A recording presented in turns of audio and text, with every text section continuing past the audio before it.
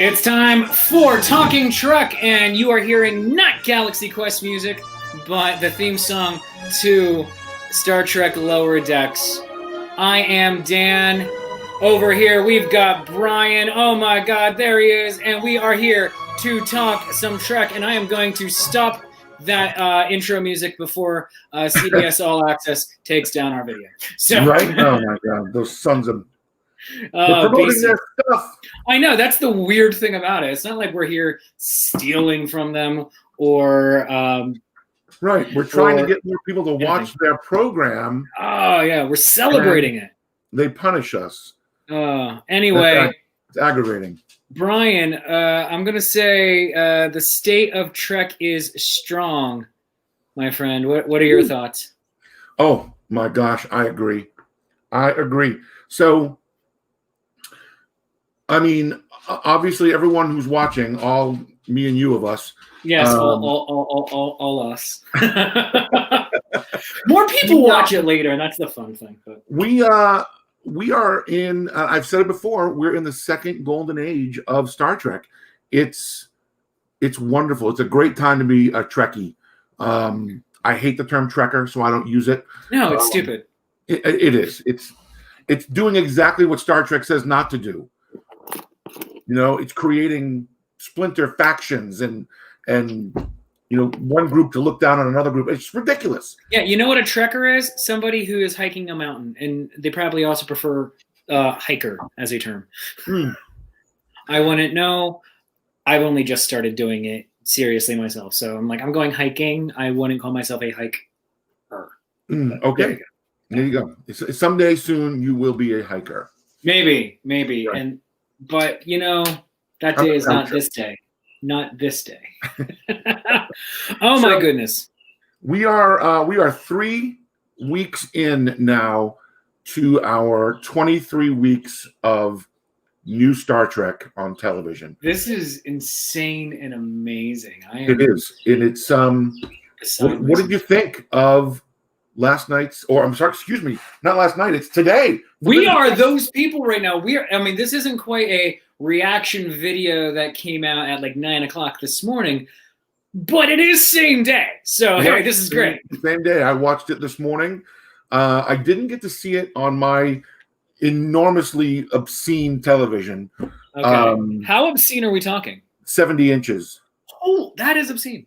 It is. It takes up the whole wall. It is fantastic to watch Star Trek. And I had to rewatch all of Discovery season 1 and season 2 because I only saw it on my 42-inch television, which is what I have before this. Only. So, and it was epic. We have a 36-inch TV. And the reason we have a 36-inch TV, it's flat screen, it's modern television. Mm-hmm. But the reason we have a 36-inch is because back in the days of the big box television that you get a hernia to move, 36 inches was the biggest TV I could pick up without feeling like I was going to die. Right. And it's okay, here we go. And we have actually received offers of people buying us bigger TVs, but we're this is fine. My wife thought that. She thought that until now. It's been a couple of months, and actually, going through the whole pandemic thing. It's been since February, honestly. Oh, okay. So it's been 7 months. It's been, yeah. And she said to me, we were sitting on the couch watching something, and she said, "You were right," because I had been begging for a television like this for years. Every time we go into BJ's, they have that huge area of these enormous televisions. I'm like, "Oh, please, please." She's like, "No, you're not getting it." She won't see this, so. But that's okay. No one is. Seriously. So if you're watching the show right now, please, while we're doing it, please comment just so we know we're talking. So we know there's someone here. So she said you were right. She said it's something else to be watching, movies, concerts, whatever we want on this gigantic screen. It's breathtaking. On the couch and just be like, "Ugh." We do something every weekend with our next door neighbor, who's part of our quarantine team, and we do classic movie Saturdays every Saturday with her and her daughter, and it's great. It's magical to watch something. It's like being at the movie theater. Oh, that sounds so fun. Speaking of watching the show, Ella Doris Long is watching the show on a 27-inch TV. Ella, God love you. Thank you for watching us on a bigger screen. I am broadcasting from a 27-inch Mac, if that helps. Seriously? Yeah. Jeez. Yeah. Like I use a MacBook. And then we wonder why I need to put these on all the time. What? I use a MacBook Air, so it's what, a 15-inch screen, Yeah, I'm guessing. I have one of those that I bring in my camper when I'm at the fairs. Mm-hmm. But at home, I have a 27-inch and a 32-inch monitor next to it, so I have a big. You just have your gigantic engineering console. Pretty much, yeah. Well, I mean, being a fair guy, I have to have the schedule up over here. I have to have the entertainment webpage over here.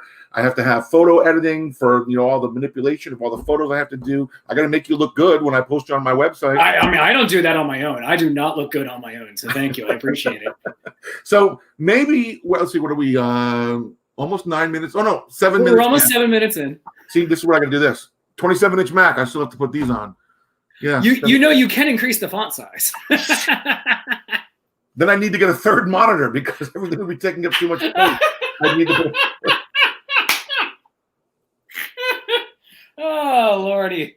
Good oh Lord. goodness. Yeah. Well, so that's 7 minutes and 15 seconds in. Let's talk some Trek.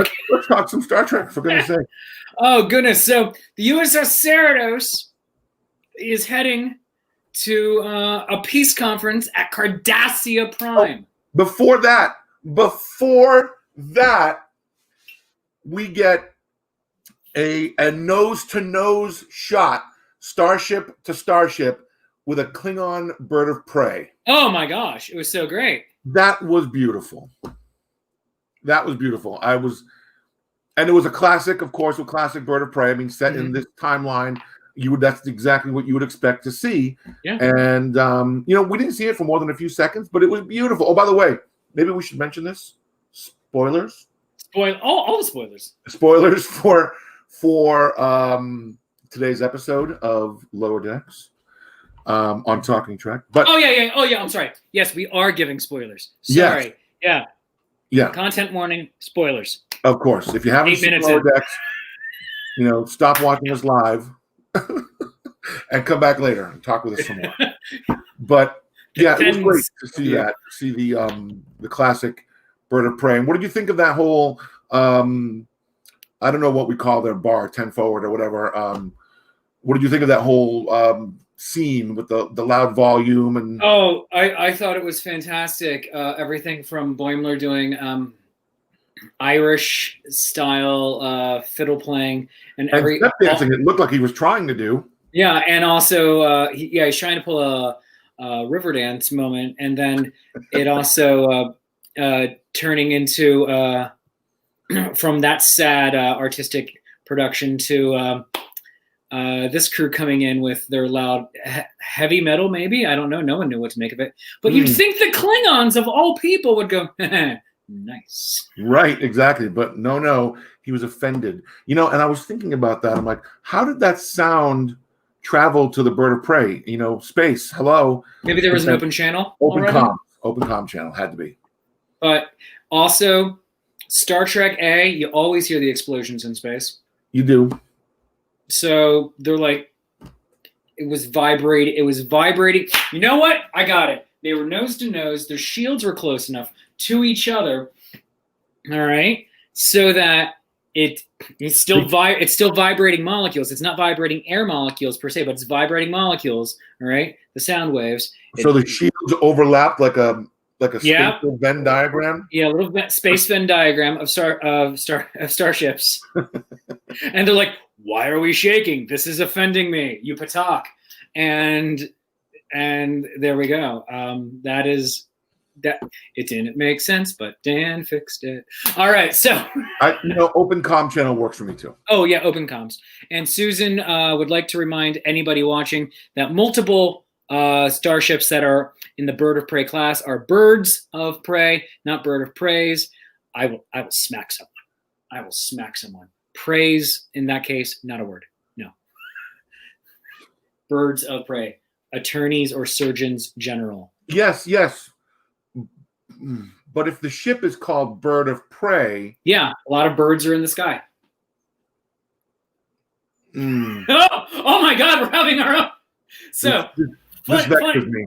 Fun thing. While Brian is vexed, I'm going into a single. All right. So from another show I listened to that Susan and I know each other from, they had a 45-minute fight about bird of praise versus birds of prey.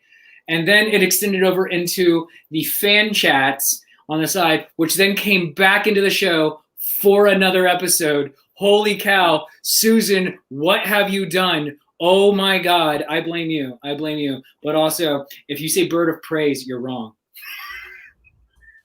It's many birds of prey. Yes. I'm just going to give it to you. I'm not going to. Yeah.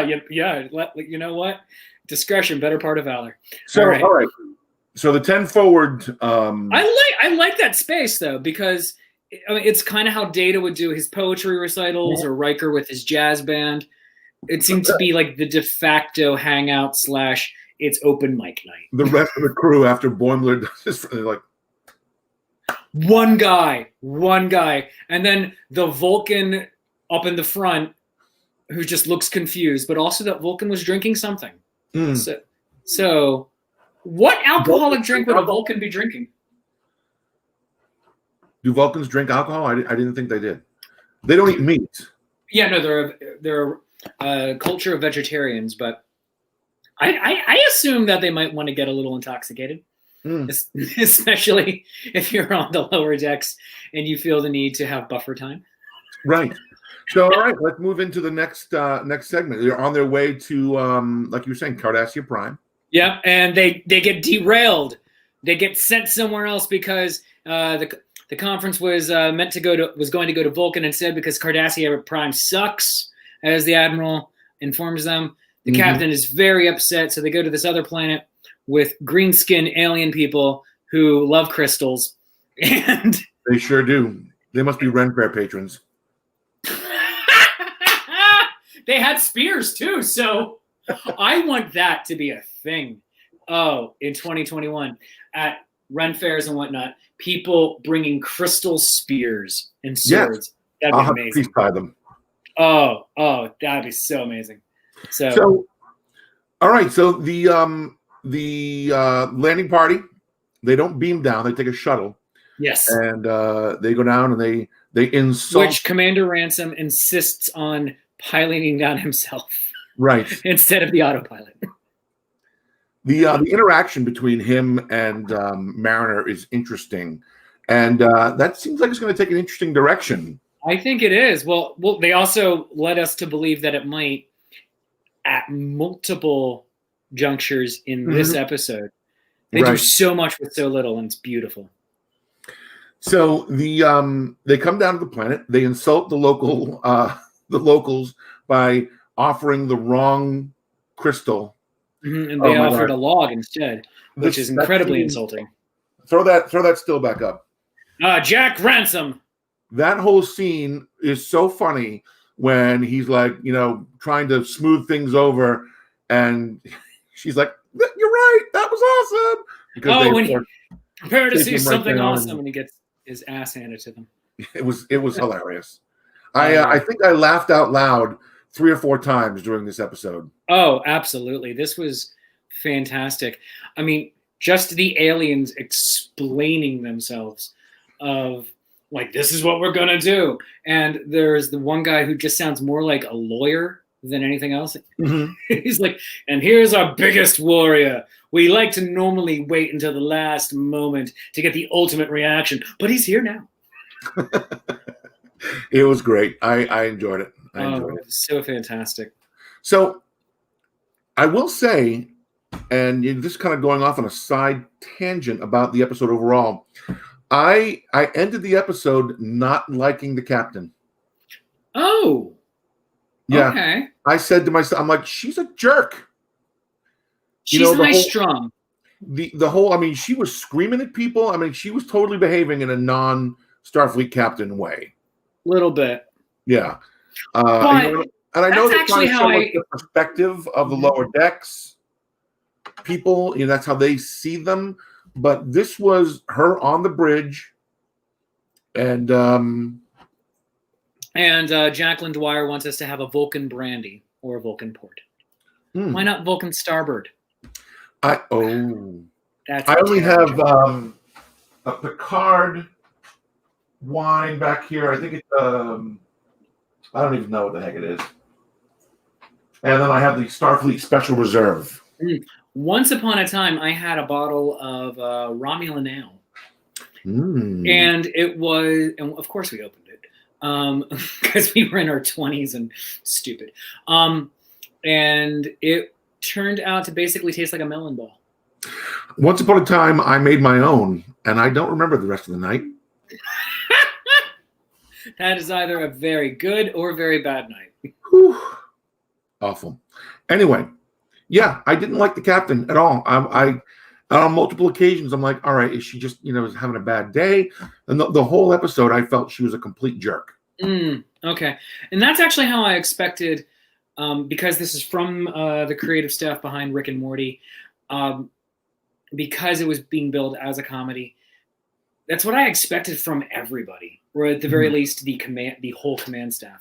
And in episode 1, that's kind of how they were portraying what Ransom was going to become. But then went entirely a different direction, especially in this episode. Yeah, I agree. Although he was kind of jerky a little bit, but I mean, was it jerky or was it swagger? I'm gonna say there's arrogance, but as we saw, not all of it unearned. Right. I mean, so I did not expect him to actually kick that alien's ass. Oh my god! But rip off. He got bigger when he ripped off his uniform jacket. Right. I think we have that still, don't we? Yes, we do. We can go to shirtless, glistening Jack Ransom, Commander, Starfleet. Cut to abs. But it's just like his arms are physically bigger in this shot than they are. Let me go back 2 slides. Than in that shot. Well, I mean, yes. Camera 1, camera 2. I mean, his whole body looks like a Dorito in that. I mean, look at him. He's just like kaboom. It's insane. It's just genuinely very funny to me. And Andrew, you are totally correct. Jerky versus swagger are not always mutually exclusive. Yeah, that's true. That's true. Totally see Jim Kirk. And you're right, Dan. He did have, he did kind of, he did kind of earn that right a little bit. The way he kicked the crap, it was like watching Thor beat up the Hulk. Yeah, a little bit. Wait, you can say more than that? Me only say one word because my friends want to see me smash, but I love to read. That's one of the points where I actually laughed out loud. That, and when they're talking about the crystal of arbitration, it's like, how about maybe instead of that, we just have a court? We have lawyers? It's like, no, that's not what we're going to do. I loved the leader alien too. Fine, you're all you're free to go. You're all free to go. Just more disappointed and annoyed than angry. Loved it. Just loved it. So what else? What else did you like about this episode? Well, the running B plot, which is all of them having to be more efficient, and the only one who's getting along with it fine is Boimler. Boimler, of course. Yeah, the buffer time, or what they should have named it. The what do they call it? The buffer maneuver. The Boimler effect. The Boimler effect. Really, come on. That is the Scotty effect. Come on. Oh, which Rutherford, other than name dropping Scotty, calls out.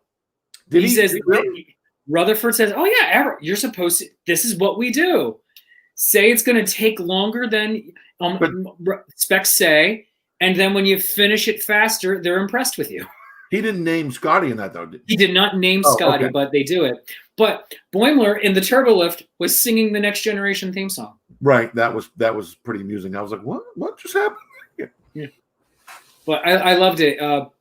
When Tindy gets called by the doctor to repair a biobed. How long is it going to take? Oh, that should take 5 hours.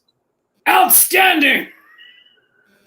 Now that's I like that they do that with right, Susan, exactly.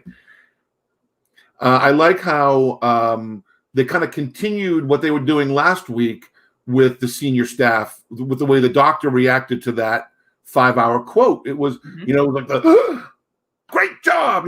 That's I want to see that. I don't want to. I really was very disappointed in the way they wrote the captain for this week, and I hope that they get away from that. Well, how they very much have brought Ransom around into being the ethical Starfleet guy. He's not going to use the weapon. We're going to do this, and he's dictating what he's doing. It's a very 60s Kirk. Double hand shot. But then, come join us. Who fights like that? Eric DeTrope. Jack Ransom and Jim Kirk. And Jim Kirk. Right. And Jim Kirk got name dropped in this. He did. He did get name dropped. Also, I love how they kept making. Again, the show making fun of itself and also Star Trek tropes with the aliens with the spears and swords invading the ship. I want you to stay on your regular jobs. Peak efficiency. But then how do these guys even get on? And then Boimler erasing the graffiti and then phasering them like these guys are lightweights. It's just like, oh, come on. This was just too great. He was so nonchalant about that. It was almost out of character. Yeah, but perfectly so. It was like it was a good out of character moment then, because he's like, oh, he goes, I am firmly, happily getting everything done. Oh, I call dibs on this next thing, and he's the only person getting everything done. Right. Oh, that's absolutely in character. It was the figuring out that a phaser, zap, zap, zap. That was. It was perfect. That was the kind of thing that Mariner would do. Yeah, but also that the thing the aliens are doing, the big thing on their invasion is we're just going to write graffiti everywhere. Right, they're not stabbing anyone. No, with their spears. How did these guys even get here? The poor Bolian guy on the planet. Oh yeah, he's the only one. But so great. We live on a spaceship. No one is dying from a spear wound. And then Mariner getting turned on by Ransom, by everything. Isn't that a original series callback? We live on a spaceship. No one's dying. Didn't someone get killed by a spear? Yes, it was Galileo 7. Okay. When they were outside the shuttle, one of those giant creatures, didn't they throw a spear and it got someone just right? And yeah, I think you're right. And that's the one where Spock was in command and there was a real salty ensign or lieutenant with him. Right. You're right. Yeah. No one's dying by we're not on the, they name drop the Enterprise again. Oh, I feel like that's going to be in every episode or every other episode thing. Enterprise gets name dropped. Damn thing. Oh, can you imagine though? Just beautiful animated Enterprise E coming in. That would please me. Yeah. Susan says in Galileo 7, to be fair, the spear was the size of a telephone pole. Right, that's true. I mean, yeah, you think that spear actually would have crushed that guy and not just stabbed him. Yeah. But if you go home with nothing else today, ladies and gentlemen, here is Jack Ransom. I could do my laundry on those abs, for Christ's sake. But he stabs Mariner in the foot, saying he would rather die than see her risk her life. And I'm like, what? And then as he's funny, she's like, he's so ethical. And it's so hot. Oh, no, you are not getting turned on by this. By the way, here's an interesting thing about Lower Decks versus Discovery and Picard, the other two shows of the current Star Trek, Renaissance, Star Golden, whatever. Whatever. In this current era of Star Trek that we are in, they're swearing just as much, but it's getting bleeped. It's bleeping it, yeah. Which, especially because it is being done as a Family Guy-ish comedy, is funnier in my mind. Having exactly what they're saying, but it's getting bleeped. Right. I'm okay with it. Comedy. I'm okay with it. I'm okay with the swearing in the other shows too. I don't foresee, especially the British and the Irish, ever not saying the F word. Yeah. Speaking of Irish, the end of the episode where they go to the far future. Oh my God. That was so random. That's what made me feel like it was like a Family Guy episode. The most important person in the galaxy, Miles O'Brien. And how she said it was like, oh yeah. Yeah, I have to wonder the story behind that, but I think it's just them paying homage to everything. But they had him at a transporter console. Right. It was great. But the statue of Boimler, the laziest Starfleet officer ever, pictured here with a great bird with one of the great birds of the galaxy. Right. I was like, oh, nice touch. Well done. Oh, all of it. So great. So great. I am here for this. Overall, I am loving this show. I can't wait for more. I gobble this up just like I do every other show. And to be completely honest, even after we do our review like this, especially like last week, I went back and I watched episode 2 at least 2 more times. Oh, that's fantastic. So I've seen episode 2 one time. No, I'm sorry. I've seen episode 2 twice. I've seen episode 3 just the once. I'll watch it again probably tomorrow with my wife, and because she likes this show, and it's great. It's nice being able to introduce her more into something I like, because she liked the JJ movies, like up to and including Into Darkness. Oh boy. But for her, it was just like, it wasn't as good as Star Trek or as Star Trek as Beyond, but it was still for her an enjoyable movie. But like one of her critiques was, they do this reveal, but it doesn't mean anything. It's like, exactly, it doesn't mean anything. Yeah, the whole thing. At some point, we're going to watch those, and then I'll be able to yell about it for half an hour. It'll be great. Yeah. The only thing Susan says, I like the JJ movies too. So do I. I like them because I like the cast. The casting was beautifully done. The costume design was great. Yes. The special effects were great. I loved the Enterprise. In fact, I have that Enterprise right here up on one of my shelves.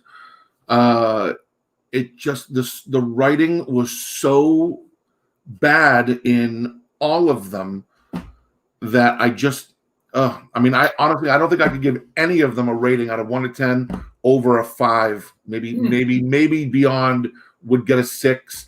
Maybe the first one would get a 6 because it was the first one. But Into Darkness was so bad that. Well, we're gonna get a chance to review them in about 20 weeks, 21 weeks, when we get through all the new Star Trek. What I am doing, I will say, I just started watching The Search for Spock the other day because I've been watching so many clips, and I love YouTube for this.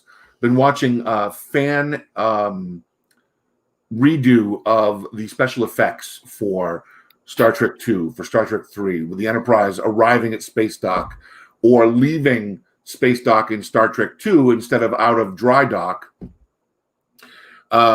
It's just beautiful to see what the fans have done with modern CGI technology.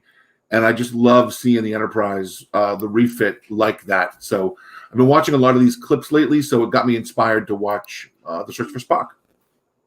Excellent. So before we go, do you have anything? Here, let me go back to the double shot. Before you go, do you have anything else you want to add? No, I'm good, man. All right. Tune in again next week, friends. Make certain that you go and follow us on Facebook. Go like the channel. I'm putting it right here into the comments right now. Go give us a follow. We just hit 200 likes on 200 followers on Facebook. So thank you so very much. Really appreciate that. But come in and watch it. Talk with us in the show, and just continually let us know the conversation. You want to send us a message? Send us a message, and we can start devoting the top of the show to talking back to you and letting you know why you're wrong, and you need to stand there in your wrongness, or even how we're wrong and all that. And just a quick note on the fan CGI. If you haven't looked for these things, look for Delimited Productions, Delimited, Delimited Productions. He does amazing CGI work with. Now I have to go make sure I'm doing it.